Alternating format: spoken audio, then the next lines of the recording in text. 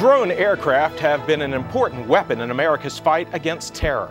But while there's no pilot on board those planes, there is someone on the ground at the controls. And a new study finds that they are often overworked. The Air Force says 30% of drone operators are emotionally exhausted, many of them 50 to 60 hours per week, because of the increased number of drone flights and the lack of operators. For more this morning, we're joined by CBS News Military Analyst Mike Lyons. Mike, thanks for being with us. Good morning, Joe. First question for you, why might they be exhausted? Yeah, they're looking at the same things, the same views, the same pictures all the time, 8 to 10 hours a day, sometimes 12 hours a day. We just don't have enough operators at this point in time. We didn't anticipate, we've ramped up this program significantly since 2007. We went on a surge with troops here in 2010 and 2011, but and the same surge that took place with the drones, we didn't really have the pilots to have them supported.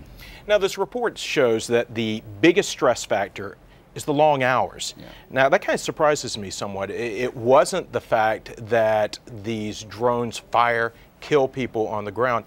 Is there post-traumatic stress syndrome for these pilots? There really isn't. They're shown that there's not been the post-traumatic stress syndrome itself. But what they study from long periods of boredom. I mean, most of these drone missions are surveillance missions where they look at screens, they follow an individual around.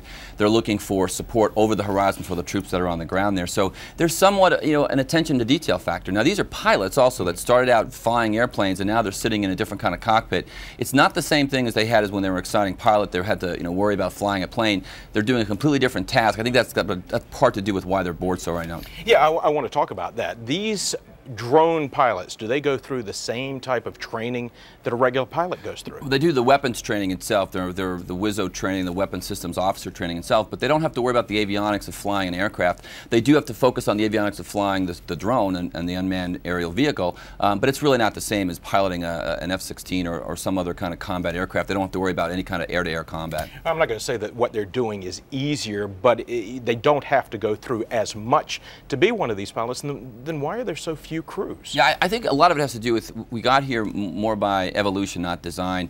These were formerly Air Force pilots that took over this role. They're called drone pilots, but maybe it's not the same skill set. I mean, the skill set for a drone pilot today is kind of one of the younger cutting-edge generation that's used to playing Xbox and those kinds of games.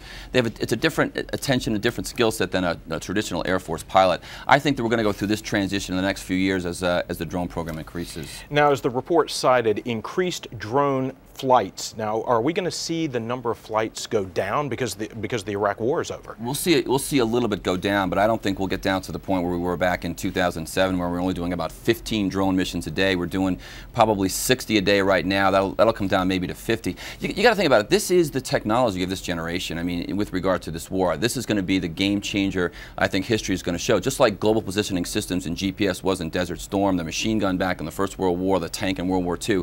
The drone technology is going to be the cutting-edge, game-changing system that we're going to develop further for future wars. Is that why we're going to see more drone flights? I think so. I think we're going to, we went from about 50 drones back in 2003 to over 7,000 systems today. You're going to see us put more money into it. It's a cheaper, much more cost-effective method in order to both wage war and then to have surveillance and security. Well, cheaper and safer when you think about the pilots. Yeah, it's safer. The 3 Ds, they call them dull, dirty, and dangerous. And you don't. The mission is somewhat dull. Humans don't want to necessarily watch these things. A drone can go places where a human can't go in terms of weather and the tradition, and then of course those dangerous places. We don't want to put pilots in positions where they could be fundamentally killed. Now, we're talking about the drones. A drone went down in Iran. Iran is not going to give us back that drone. What are the Iranians going to be able to learn from that drone that's down? Well, that drone fundamentally was a surveillance drone that was more like a portal back to our intelligence and collection agencies. I mean, they'll be able to look at the material, probably how it was manufactured. But, the avionics and all that alike is just very kind of simple. So they could possibly send it to the Chinese and look to re-engineer it. But I think our technology is going to keep us very far ahead. It's not like there was some kind of high technology that they have in their possession now because that drone went down. This still really is fascinating technology. It is, and I think we're at the cutting edge of it. We've got many years to go in terms of the robotics as they get better. You'll see drones used for oil surveillance. There's going to be much more civilian application with drones, police forces. I just, again, think this is the beginning of what's going to be the drone wars that could possibly take place over the next 10 to 20 years. CBS military analyst Mike Lyons, thanks so much for being with us. Thanks, Drew.